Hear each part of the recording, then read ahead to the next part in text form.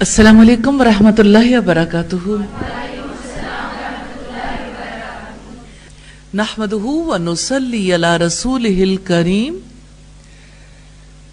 اما بعد فاعوذ باللہ من الشیطان الرجیم، بسم اللہ الرحمن الرحیم، رب اشرح لی صدری وَيَسِّرْ لِي أَمْرِي وَاحْلُلْ عُقْدَةً مِّن لِّسَانِي يَفْقَهُوا قَوْلِي۔ دوسرا پہلو ان کا مقام اور مرتبہ تھا، انہیں اپنا مقام اور مرتبہ چھنتا ہوا محسوس ہوتا تھا۔ اسی وجہ سے قریش چاہتے تھے کہ چلے کوئی سمجھوتا ہی ہو جائے۔ عبد بن حمید نے اپنی مسند میں نقل کیا ہے کہ قریش کے سرداروں نے ایک بار عتبہ بن ربیعہ کو اپنا نمائندہ بنا کر آپ کے پاس بھیجا۔ اس نے آپ کی تردید میں ایک لمبی تقریر کی۔ جب وہ کہہ چکا تو آپ نے کہا، آپ نے جو کچھ کہنا تھا کہہ لیا؟ اس نے کہا ہاں۔ آپ نے بسم اللہ الرحمن الرحیم کہا اور سورہ حامیم السجدہ کی ابتدائی 38 آیات پڑھ کر اسے سنائی۔ عتبہ نے سن کر کہا، بس اس کے سوا تمہارے پاس کچھ نہیں؟ آپ نے فرمایا نہیں۔ پھر عتبہ قریش کے پاس آیا، انہوں نے پوچھا کیا ہوا؟ عتبہ نے جواب دیا، تم لوگ جو کہتے ہو وہ سب میں نے کہہ ڈالا۔ انہوں نے پوچھا پھر کیا کوئی جواب دیا؟ عتبہ نے کہا ہاں۔ پھر بولا، اللہ کی قسم اس نے جو دلیل دی ہے اس سے میں کچھ نہیں سمجھا سوائے اس کے کہ تم کو عاد اور سمود جیسے کڑکے سے ڈرایا ہے۔ قریش نے کہا، تمہارا برا ہو، ایک شخص تم سے عربی میں بات کر رہا ہے اور تم نہیں سمجھتے کہ اس نے کیا کہا؟ عتبہ نے کہا، اللہ کی قسم اس نے جو کچھ کہا اس سے میں کڑک کے سوا کچھ نہیں سمجھا۔ اسی طرح سے ہم دیکھتے ہیں کہ آپ صلی اللہ علیہ وسلم کی دعوت میں کچھ لوگوں نے اسلاف کی تحقیر محسوس کی۔ دلائل النبوہ میں ابو نعیم نے اور نسائی اور بغوی وغیرہ نے نقل کیا ہے کہ جماعت مکہ آئے تاکہ عمرہ کریں۔ ایک روز وہ ایک مجلس میں بیٹھ گئے جس میں ابو جہل، عتبہ بن ربیعہ اور امیہ ابن خلف تھے۔ ابو جہل نے کہا، اس شخص نے ہماری جماعت میں اختلاف ڈال دیا، ہم سب کو بے وقوف بنایا، ہمارے اسلاف کو گمراہ قرار دیا، ہمارے معبودوں کو برا بھلا کہا۔ امیہ بولا، اس آدمی کے پاگل ہونے میں کوئی شک نہیں۔ یا لسابہ کی روایت ہے والیوم 2 پیج 210 پر۔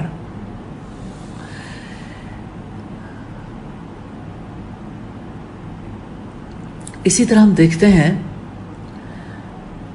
کہ عمر بن مرہ جوہنی نے اپنے قبیلے جوہینہ کے لوگوں کو اسلام کی دعوت دی تو ایک شخص نے کہا، اے عمر بن مرہ، اللہ تیری زندگی تلخ کر دے، کیا تو ہمیں ہمارے معبودوں کو چھوڑنے کا حکم دیتا ہے اور یہ کہ ہم اپنی جمعیت کو منتشر کر دیں اور اپنے باپ دادا کے دین کی مخالفت کریں جو اخلاق عالیہ کے مالک تھے؟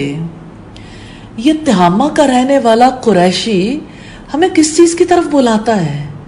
اس میں نہ کوئی شرافت ہے نہ کرامت۔ اس کے بعد اس نے 3 شعر پڑھے۔ آخری شعر یہ تھا، ترجمہ ہے، وہ ہمارے گزرے ہوئے اسلاف کو احمق ثابت کرنا چاہتا ہے اور جس کا ایسا ارادہ ہو وہ کبھی فلاح نہیں پا سکتا۔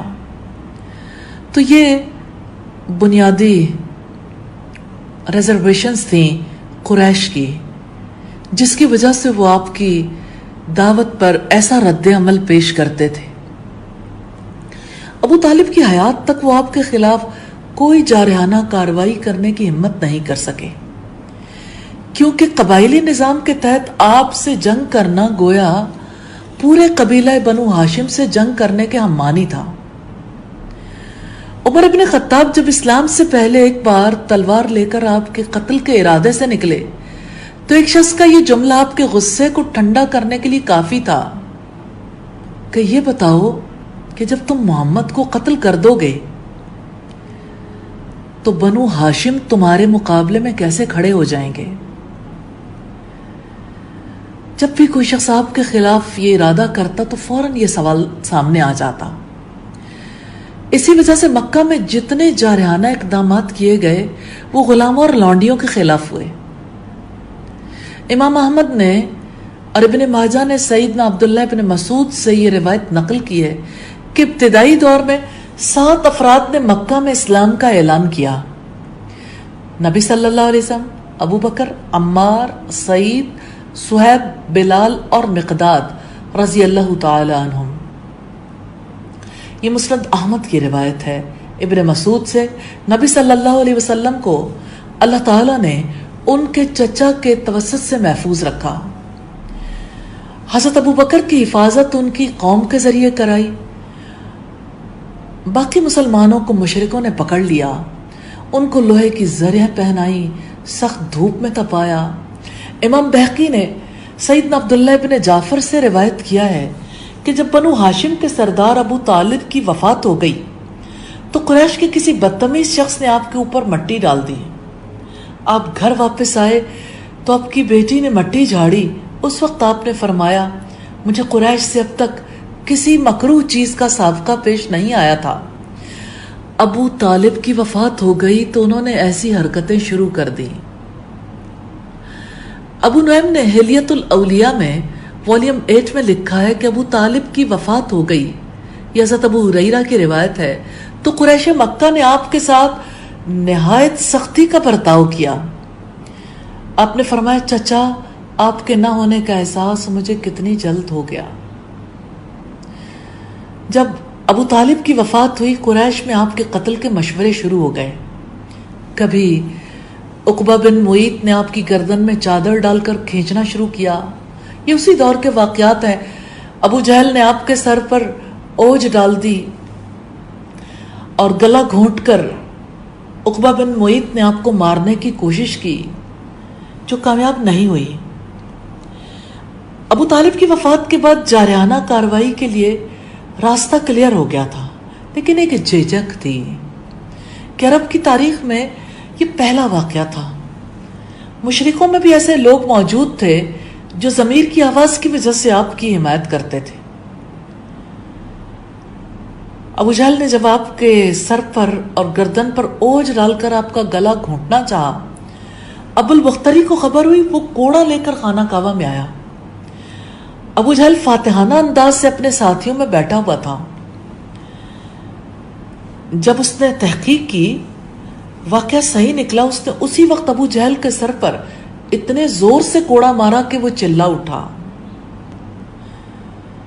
کتنے برس تک یہ سلسلہ جاری رہا۔ اس وقت یہ حال تھا کہ آپ گھر سے باہر نکلتے دیوانوں کی طرح آپ کا استقبال کیا جاتا۔ ایک روز ابو جہل کی تحریک سے بہت سے لوگ آپ کو گالیاں دے رہے تھے، برا بھلا کہہ رہے تھے۔ ایک شخص ادھر سے گزرا، مکہ کے ایک معزز شخص کے خلاف یہ سلوک اسے ناقابل برداشت معلوم ہوا۔ وہ آپ کے چچا حمزہ کے یہاں گیا، کہنے لگا، آپ کی غیرت کو کیا ہوا؟ اس نے کہا، لوگ آپ کے بھتیجے کو ذلیل کر رہے ہیں، آپ ان کی مدد نہیں کرتے۔ حمزہ بن عبد المطلب کو احساس ہوا اور عربی حمیت جوش میں آئی۔ اسی وقت ابو جہل کے پاس پہنچے، اپنی لوہے کی کمان اس کے سر پر دے ماری اور کہا، آج سے میں بھی محمد کا دین قبول کرتا ہوں، تم نے جو کرنا ہے کر لو۔ یہ طبرانی کی روایت ہے۔ حمزہ رسول اللہ کے چچا تھے، عرب کے مشہور پہلوان تھے۔ اس وقت لوگوں کو حوصلہ ہوا اور مسلمانوں کی تعداد 30 تک پہنچ گئی۔ مکہ میں 2 انتہائی بااثر افراد تھے، ایک عمر بن خطاب اور دوسرے ابو جہل بن ہشام۔ اب صلی اللہ علیہ وسلم نے دعا کی کہ یا اللہ، ان میں سے کسی ایک کے ذریعے اسلام کو طاقت پہنچا۔ آپ کی یہ پکار حضرت عمر کے حق میں قبول ہوئی۔ نبوت کے 6 سال حضرت عمر کا اسلام لانا بہت سے لوگوں کے اسلام لانے کا سبب بن گیا۔ اب مسلمانوں کی تعداد 40 ہو گئی. یہی وہ زمانہ تھا جب مسلمان دار ارقم میں اپنا پوشیدہ مرکز بنائے ہوئے تھے، اور البدایہ والنہایہ میں اس دور میں مسلمانوں کی تعداد 39 بتائی گئی ہے. مذہب کی تاریخ بتاتی ہے کہ شرک اپنے خلاف تنقید سننے کے لیے ہمیشہ سے حساس رہا ہے. قدیم زمانے میں اجتماعی نظام کی بنیاد شرک پر قائم تھی، اسی لیے شدت سے اس کے حق میں سیاسی اسباب بھی جمع ہو جاتے تھے. مکہ کے ماحول میں توحید کی دعوت آپ کے لیے صبر آزما ثابت ہوئی. 3 سال تک کسی وجہ سے آپ پر کوئی ایمان نہ لا سکا.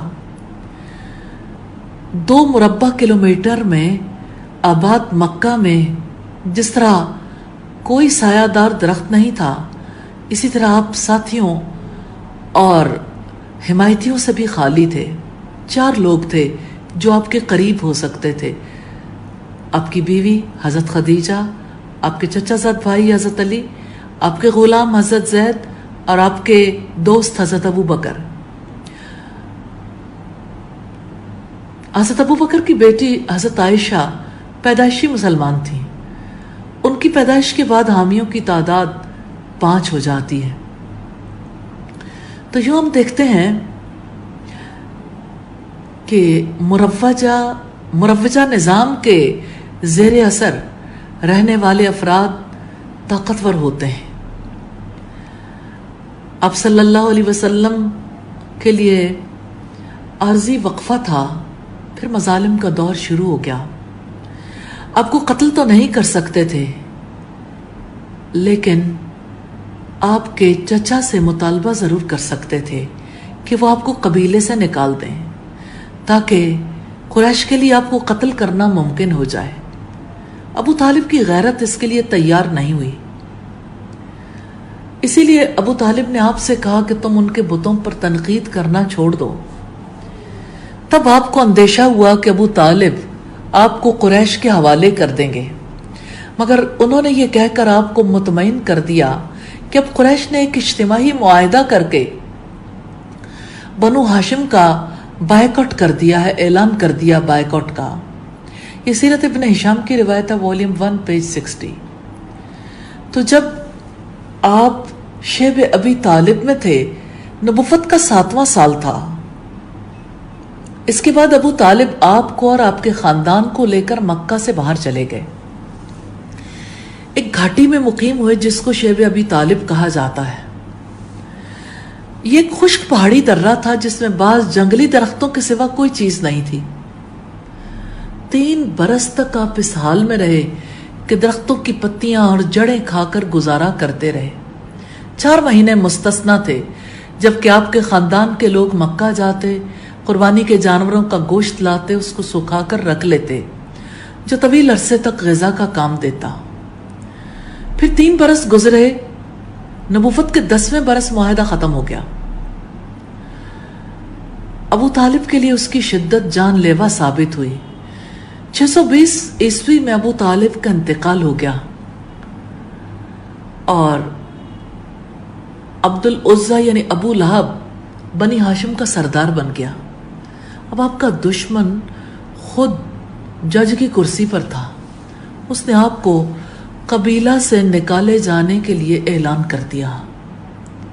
تو آپ اندازہ کر سکتے ہیں کہ آپ صلی اللہ علیہ وسلم نے کیسا رد عمل برداشت کیا. سیرت کی مارکۃ الآراء کتاب ہے محسن انسانیت. اس کے مصنف نعیم صدیقی ہیں جو لکھتے ہیں کہ جو بھی محمد صلی اللہ علیہ وسلم کے راستے پر چلنا چاہتا ہے، اس کے راستے میں وہ سارے مقامات آئیں گے، وہ طنز، وہ طعنے، وہ تضحیک، وہ پھپتیاں، وہ چوٹیں، مذاق اڑانا، گالیاں دینا، اور پھر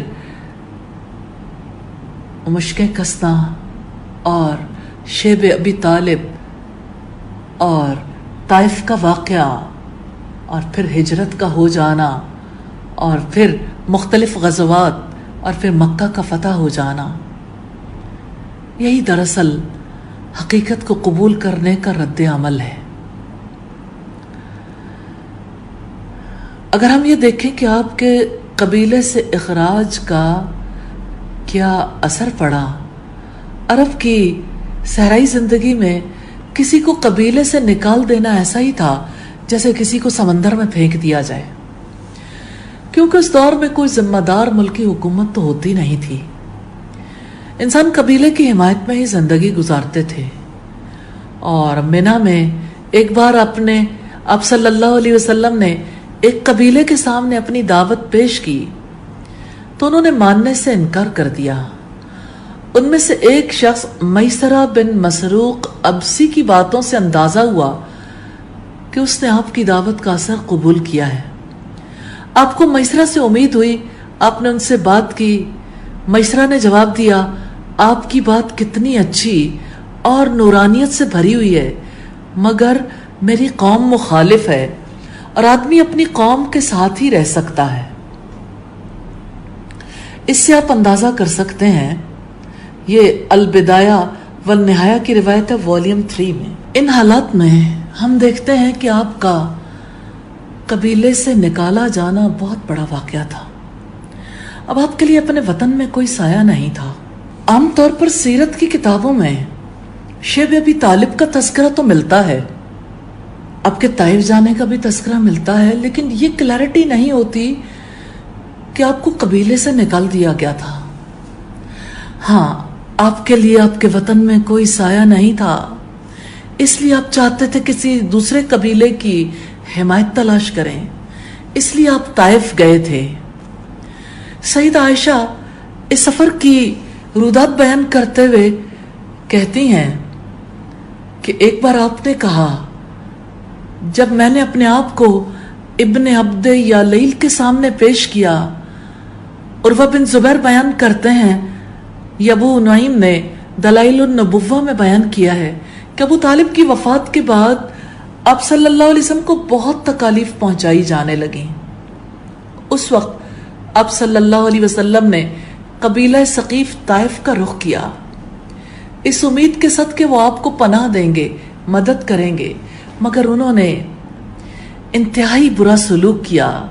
اس کی جھلک اس دعا میں نظر آتی ہے جو طائف سے واپسی کے وقت آپ کے لہو لہان چہرے سے نکلی تھی.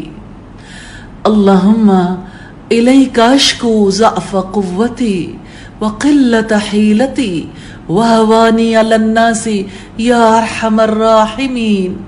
اللہ میں تجھی سے شکایت کرتا ہوں، اپنی قوت کی کمی کا شکوہ آپ سے کرتا ہوں، اپنے وسائل کی قلت کا اور لوگوں کی نظروں میں حقیر ہونے کا. اے سب سے زیادہ رحم کرنے والے، اے سب سے زیادہ رحم کرنے والے. طائف سے جب آپ لوٹے تو آپ نے ان سے کہا، تم نے میرے ساتھ جو سلوک کیا ہے اس کی خبر مکہ تک نہ پہنچے، ورنہ وہ اور زیادہ میری مخالفت کریں گے. تہذیب سیرت ابن ہشام کی روایت ہے 98 نمبر پیج پر. طائف سے واپسی تھی. وہ واپسی کیسی تھی؟ دن بھر پتھر کھائے تھے، جوتوں میں خون جم گیا تھا، اور اللہ تعالیٰ کی طرف سے پہاڑوں کا فرشتہ آیا کہ میں اس وادی کے دونوں طرف کے پہاڑوں کو آپس میں ملا دیتا ہوں. لیکن آپ نے اس تکلیف دہ صورتحال کے باوجود انتقام نہیں لیا. آپ نے فرمایا، مجھے امید ہے کہ ان کی نسلوں میں ایسے لوگ پیدا ہوں گے جو ایک اللہ کو ماننے والے ہوں گے.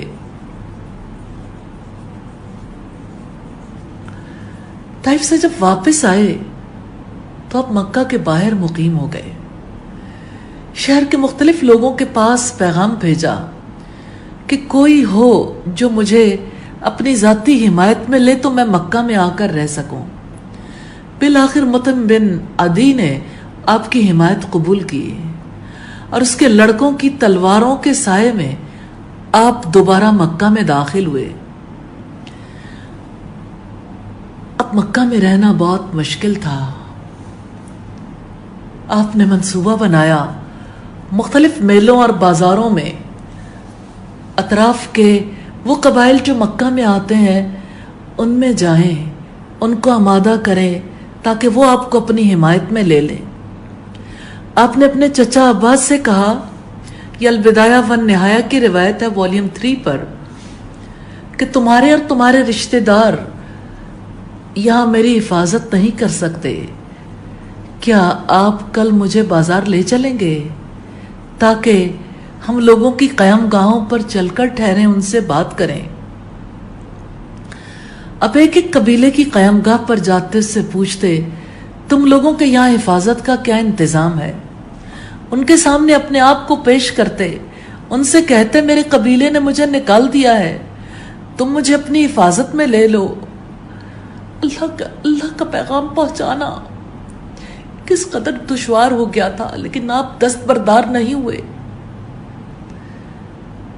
آپ تصور کر سکتے ہیں آج کے دور میں لوگ کیسے اللہ تعالیٰ کی طرف بلانے سے دستبردار ہو جاتے ہیں، چھوٹے چھوٹے عذر کر کے۔ آپ صلی اللہ علیہ وسلم کیسے ایک ایک قبیلے کے پاس جا رہے تھے، مجھے اپنی حفاظت میں لے لو تاکہ میں رسالت کا فریضہ انجام دے سکوں۔ مورخین نے اس سلسلے میں 15 قبیلوں کے نام لکھے ہیں جن سے آپ الگ الگ ملے، مگر قبائل جانتے تھے کہ قریش کے نکالے ہوئے ایک شخص کو پناہ دینا کتنا خطرناک ہے۔ ہر ایک نے آپ کو اپنی پناہ میں لینے سے انکار کر دیا۔ ایک قبیلہ کے لوگوں میں آپ کے بارے میں نرمی پیدا ہوئی تو ان کے ایک بزرگ نے کہا، اس کے قبیلے نے اس کو نکال دیا ہے، تم اس کی پشت پناہی کرنا چاہتے ہو؟ کیا سارے عرب سے لڑائی مول لینا چاہتے ہو؟ وہ سب جانتے تھے کہ قبیلے سے نکالے ہوئے شخص کو اپنی حفاظت میں لینا قبیلے سے جنگ کرنے کے مترادف ہے، اور قبیلہ بھی قریش جیسا جس کی پورے ملک میں سیادت تھی۔ عرب روایات میں یہ بات انتہائی معیوب تھی کہ کوئی شخص کسی سے پناہ طلب کرے وہ اس کو پناہ نہ دے۔ یہ عربوں کی تاریخ میں پہلا نمایاں واقعہ تھا کہ اب کئی سال تک مختلف قبائل کے درمیان پھرتے رہے، کوئی آپ کو پناہ دینے کے لیے تیار نہیں ہوا۔ نہ طائف والوں نے پناہ دی، نہ عرب قبائل نے پناہ دی۔ اب کے معاملے کی نوعیت کیسی تھی؟ اور آپ صلی اللہ علیہ وسلم کا پیچھا کرنے والے قریش تھے، آپ کو نکالنے والے جو سارے عرب کے قائد تھے۔ اسی پس منظر میں انصار سے بیعت کے وقت ابو لہیثم بن اتیہان نے اپنے ساتھیوں سے کہا، جان لو اگر تم ان کو اپنے یہاں لے گئے تو سارے عرب مل کر تم کو ایک تیر سے نشانہ بنا لیں گے۔ یہ طبرانی کی روایت ہے۔ ایک اور وجہ بھی تھی، وہ قبائل جو سرحدی علاقوں میں آباد تھے ان کے اپنے ہمسایہ غیر عرب حکومتوں سے معاہدے تھے، وہ بھی ڈرتے تھے کہ آپ جیسی متنازع شخصیت کو ساتھ لے جائے تو ان حکومتوں سے کوئی جھگڑا نہ ہو جائے۔ البدایہ والنہایہ میں ہے کہ آپ منا کے میلے میں گئے، وہاں بنو شیبان بن سالبہ کے سرداروں سے آپ کی گفتگو ہوئی، انہوں نے آپ کے پیغام کو سراہا، مگر آخر میں ہانی بن قبیصہ نے کہا، ہم کسرا شاہ فارس کی مملکت کی سرحد پر بسے ہوئے ہیں، شاہان فارس سے ہمارے معاہدے ہیں، اور جس چیز کی طرف آپ ہمیں بلاتے ہیں شاید وہ بادشاہوں کی ناراضگی کا باعث ہو۔ اس دور میں آپ کتنا بے بس محسوس کرتے تھے، اس کا اندازہ ان الفاظ سے ہوتا ہے۔ ایک بار آپ ایک قبیلے میں گئے جس کو بنو عبداللہ کہا جاتا تھا، ان کو آپ نے اللہ تعالیٰ کی طرف بلایا، اپنے آپ کو ان کے سامنے پیش کیا کہ وہ آپ کو اپنی حمایت میں لے لیں، یہاں تک کہ آپ نے فرمایا، اے بنو عبداللہ، اللہ نے تمہارا نام کتنا اچھا رکھا ہے۔ پھر بھی انہوں نے وہ چیز قبول نہ کی جو آپ نے ان کے سامنے پیش کی تھی۔ یہ روایت بھی البدایہ والنہایہ کی ہے۔ مکہ کے آخری 3 سال حمایت تلاش کرنے میں گزر گئے، کوئی تیار نہیں ہوا۔ بعض قبائل نے کہا کہ کیا ابھی وہ وقت نہیں آیا کہ آپ ہم سے مایوس ہو جائیں؟ بالآخر اللہ تعالیٰ نے یثرب کے قبائل اوس اور خزرج کو اس کی توفیق عطا کی، اور ان کی آمادگی کا ایک خاص نفسیاتی پس منظر تھا۔ وہ قبائل یہود کے پڑوس میں بسے ہوئے تھے۔ خیبر کے یہودی اس علاقے کی بہترین زمینوں پر قابض تھے، تجارتیں بھی ان کے قبضے میں تھیں۔ یثرب کے عربوں کی معیشت کا بڑا ذریعہ خیبر کے یہودیوں کے یہاں مزدوری کرنا تھا۔ ہجرت کے بعد جب نبی صلی اللہ علیہ وسلم اور آپ کے ساتھی اپنے ہاتھوں سے مسجد نبوی کی تعمیر کر رہے تھے تو آپ کی زبان پر یہ شعر تھا، یہ مزدوری ہے مگر خیبر کی مزدوری کی طرح نہیں، ہمارے رب کی قسم یہ اس سے بہتر اور بھلی ہے۔ یہ البدایہ والنہایہ کی روایت ہے۔ یہودیوں کا اقتصاد غلبہ تھا، اوس اور خزرج میں لڑائیاں ہوتی رہتی تھیں۔ یہودی ان سے کہتے تھے کہ ہماری کتابوں کے مطابق جلد ہی عرب میں ایک نبی ظاہر ہونے والا ہے، وہ آئے گا تو اس کے ساتھ مل کر ہم تم سے لڑیں گے، تمہیں ہمیشہ کے لیے فنا کر دیں گے۔ یہودیوں کے اس قول کی طرف قرآن مجید میں اشارہ ملتا ہے، وَكَانُوا مِن قَبْلُ يَسْتَفْتِحُونَ عَلَى الَّذِينَ كَفَرُوا۔ اوس اور خزرج کے لوگوں نے آپ کی دعوت سنی تو انہوں نے کہا، اللہ کی قسم یہ وہی نبی ہے جس کے بارے میں یہود ہم سے کہا کرتے تھے، اس سے پہلے کہ یہود سبقت کریں ہم آپ پر ایمان لا کر آپ کے گروہ میں شامل ہو جاتے ہیں۔ یہ کچھ تاریخی اور سماجی اسباب تھے جس کی وجہ سے اوس و خزرج کے لیے آپ کی بات کو سمجھنا، ماننا دیگر عرب قبائل کے مقابلے میں آسان ہو گیا، تو اس طرح انہوں نے بیعت کر لی۔ اب وقت آ گیا تھا جس کے آپ برسوں سے منتظر تھے، آپ کو حمایت مل گئی تھی تاکہ آپ اللہ تعالیٰ کی طرف بلانے کو مؤثر شکل میں جاری رکھ سکیں اور مکہ اور اطراف مکہ کے مسلمانوں کو ایک مقام پر جمع کر کے اسلامی مرکز بنا دیں۔ اہل یثرب بڑی تعداد میں اسلام لے آئے اور اس طرح حق کی دعوت کو زیادہ مؤثر شکل میں جاری رکھنا ممکن ہو گیا۔ البدایہ والنہایہ کی والیوم 3 پیج 145 پر ہے کہ اوس اور خزرج نے بیعت کر لی تو تاریخ میں آتا ہے کہ آپ فوراً اپنے اصحاب کی طرف لوٹے اور ان سے کہا، اللہ کا شکر ادا کرو، اللہ تعالیٰ نے آج کے دن ربیہ کی اولاد کو اہل فارس پر غلبہ دے دیا۔ آپ نے ہجرت کی تیاری شروع کر دی۔ انتہائی پوشیدہ رکھنے کے باوجود قریش کو خبریں مل رہی تھی۔ طبرانی نے حضرت عروہ کے حوالے سے نقل کیا ہے مرسلن کہ مشرکین قریش نے جب یہ گمان کر لیا کہ نبی صلی اللہ علیہ وسلم مکہ سے چلے جائیں گے اور انہیں معلوم ہوا کہ اللہ تعالیٰ نے آپ کے لیے مدینہ میں ٹھکانہ اور حفاظت کا انتظام کر دیا ہے، انہوں نے سنا کہ انصار نے اسلام قبول کر لیا ہے اور مہاجرین مدینہ میں جمع ہو رہے ہیں، تو انہوں نے آپ کے خلاف سازش کی اور طے کیا کہ آپ کو گرفتار کر لیں، اس کے بعد یا تو قتل کر دیں یا قید میں ڈال دیں یا شہر بدر کر دیں یا باندھ کر رکھیں۔ اوس اور خزرج کے ایمان کے بعد آپ نے 6 مہینے کے دوران سفر کا انتہائی کامل منصوبہ بنایا، پھر خاموشی سے مکہ سے نکل گئے۔ اہل یثرب نے اسلام قبول کیا تو یوں ان کے لیے رسول اللہ کا مہمان بننا، مہاجرین کے لیے انصار بننا ممکن ہو گیا۔ اہل یثرب کے اسلام کا آغاز صرف بیعت عقبہ اولیٰ اور ثانیہ سے نہیں ہوا تھا،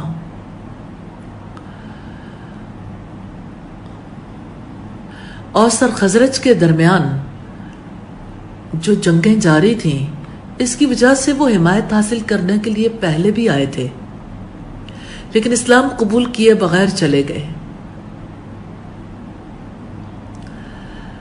اوس اور خزرج نے آپ کی دعوت قبول کی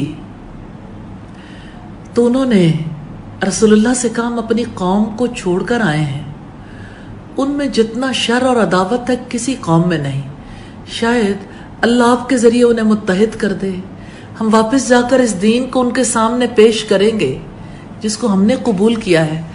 اگر اللہ تعالیٰ نے ان کو اس دین پر جمع کر دیا تو اب سے زیادہ اس ملک میں کوئی طاقتور نہیں ہوگا۔ یہ سیرت ابن ہشام کی روایت ہے، والیوم 2 ہے، پیج 38۔ یثرب کے لوگوں نے اسلام قبول کر لیا، ان کی قربانی اور تعاون سے اسلام کو عرب میں غلبہ ملا اللہ رب العزت کی رحمت سے۔ یثرب کے لوگوں نے ہجرت سے 5 سال پہلے آپ کی دعوت کو غیر اہم سمجھ کر اگنور کر دیا تھا، کیونکہ ان کے حالات مختلف تھے جنگ کی وجہ سے۔ اور حضرت عائشہ کہتی ہیں کہ بعث کی جنگ ایسی جنگ تھی جس کو اللہ تعالیٰ نے اپنے رسول کی تائید کے لیے فراہم کیا تھا۔ اب وقت آ گیا تھا، حمایت ملی بھی تو کہاں جا کے ملی، اللہ پاک نے طے کر رکھا تھا۔ ہجرت کا وقت آ گیا، تاریخ کا اہم موڑ نبی صلی اللہ علیہ وسلم کی ہجرت کے حوالے سے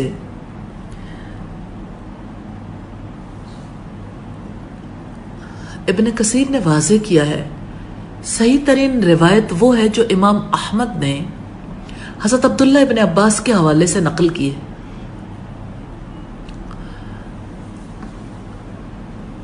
کہ آپ صلی اللہ علیہ وسلم غار ثور میں داخل ہوئے، غار تک پہنچنے کے لیے آپ کے قدموں کے نشانات تھے اور اہل مکہ آپ کی تلاش میں تھے، وہ آپ کے نشانات پر چلے۔ جب وہ پہاڑ تک پہنچے تو راستہ ان کے لیے مشتبہ ہو گیا، پھر وہ غار پر سے گزرے، انہوں نے دیکھا کہ غار کے منہ پر مکڑی کا جالا ہے۔ یہ دیکھ کر انہوں نے کہا اگر وہ یہاں داخل ہوتے تو مکڑی کا جالا باقی نہ رہتا۔ مدینہ کے قبائل منتظر تھے اور آپ صلی اللہ علیہ وسلم کی ہجرت ہوئی، ہجرت کے واقعات آپ پڑھ چکے ہیں۔ ہجرت کے بعد ہم مہاجرین کی نصرت اور مدد کو دیکھیں گے۔ مدینہ کے قبائل نے مسلمانوں کا جس طرح سے ساتھ دیا، تاریخ کا حیرت انگیز واقعہ ہے۔ لوگ کسی کو کوئی چیز دیتے ہیں تو وہ بدلے کے طور پر ہوتی ہے یا خوف کی وجہ سے، اور لین دین کی ایک قسم وہ ہے جو برکت کے تحت وجود میں آتی ہے۔ کچھ زندہ یا مردہ لوگوں کے بارے میں فرض کر لیا جاتا ہے کہ وہ بزرگ ہیں، پھر لوگ ان پر خرچ کرتے ہیں، چڑھاوے چڑھاتے ہیں کہ اموال میں ترقی ہوگی، اقتدار ملے گا وغیرہ وغیرہ۔ لیکن انسانی تاریخ میں یہ پہلی نمایاں مثال ہے کہ ایک قوم نے خالص اللہ تعالیٰ کے لیے لٹے پٹے مہاجرین کے لیے اپنے دروازے کھول دیے، اپنے گھروں میں جگہ دی، رسول اللہ نے مواخات قائم کی اور انہوں نے سگے بھائیوں کی طرح اپنی جائیدادوں میں حصہ دار بنا دیا۔ یہ ان کی معاشی قربانی تو تھی ہی، لیکن عرب و عجم کے خلاف اعلان جنگ بھی تھا۔